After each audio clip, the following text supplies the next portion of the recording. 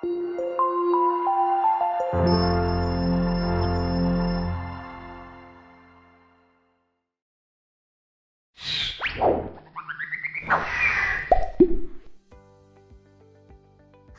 jumpa lagi masih bersama dengan Ibu, masih di Indonesia Asik ya.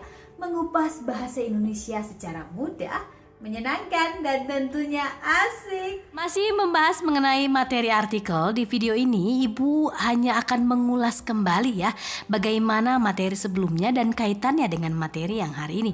Pada kegiatan pembelajaran sebelumnya, kalian sudah mengevaluasi informasi baik fakta maupun opini dalam sebuah artikel. Kegiatan pembelajaran ini merupakan langkah selanjutnya, yaitu menyusun opini dalam bentuk artikel. Sebelum menyusun opini dalam bentuk artikel, ada beberapa hal yang harus diperhatikan ya. Ibu mengulas kembali ya, menjelaskan lagi bahwa harus memperhatikan struktur artikel opini yang dimulai dari pernyataan pendapat, argumentasi, dan pernyataan ulang. Nah, struktur artikel ini diawali dengan pernyataan pendapat ataupun topik. Selanjutnya ini beberapa argumen tentang pendapat atau pandangan tentang masalah. Dan yang terakhir adalah pernyataan ulang pendapat, yakni penegasan kembali pendapat yang telah dikemukakan agar pembaca ini semakin yakin dengan pandangan ataupun pendapat tersebut. Selanjutnya adalah struktur yang kedua, argumentasi.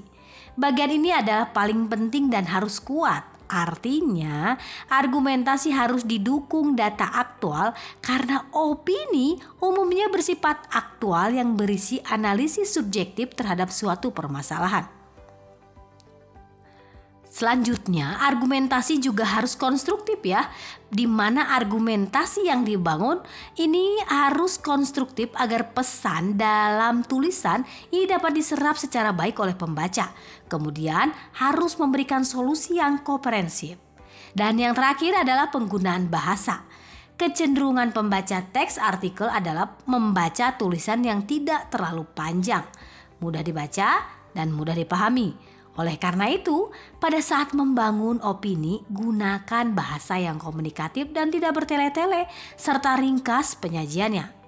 Berikutnya dalam penggunaan bahasa ini harus menggunakan kalimat yang efektif, efisien, dan mudah dimengerti ya. Nah, dalam menggali gagasan dan argumentasi, ini gunakan kalimat yang efektif ya, efisien dan mudah dimengerti. Jika kalian menggunakan istilah asing atau bahasa daerah, buatlah padanan kata dalam bahasa Indonesianya. Berikutnya, penggunaan bahasa yang tajam, berbobot, dan berimbang. Nah, selama proses menulis ada baiknya tulisan ini dijaga agar tetap tajam, berbobot, dan berimbang. Berikutnya adalah penggunaan bahasa yang tidak multitafsir. Tulisan tajam merupakan tulisan yang membahas persoalan tanpa terbelit-belit, ditulis dengan sederhana, lugas, dan tidak menimbulkan multitafsir. Lalu penggunaan bahasa yang berikutnya adalah mempersuasi. Tulisan yang berbobot biasanya menimbulkan reaksi ya, atau efek yang cukup signifikan, mempunyai kekuatan untuk mempengaruhi pembacanya, serta memiliki dampak perubahan dan diperhitungkan ya oleh pihak-pihak yang dikenai oleh tulisan tersebut. Lalu berikutnya adalah penggunaan bahasa yang berdampak positif. Tulisan berimbang haruslah memberi pencerahan dan berpihak pada kebaikan, bukan sebaliknya.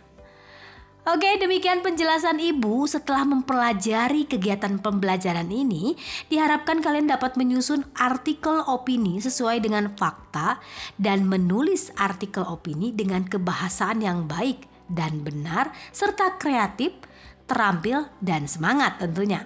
Sampai jumpa lagi pada materi baru yang lainnya ya, tetap di Indonesia Asik.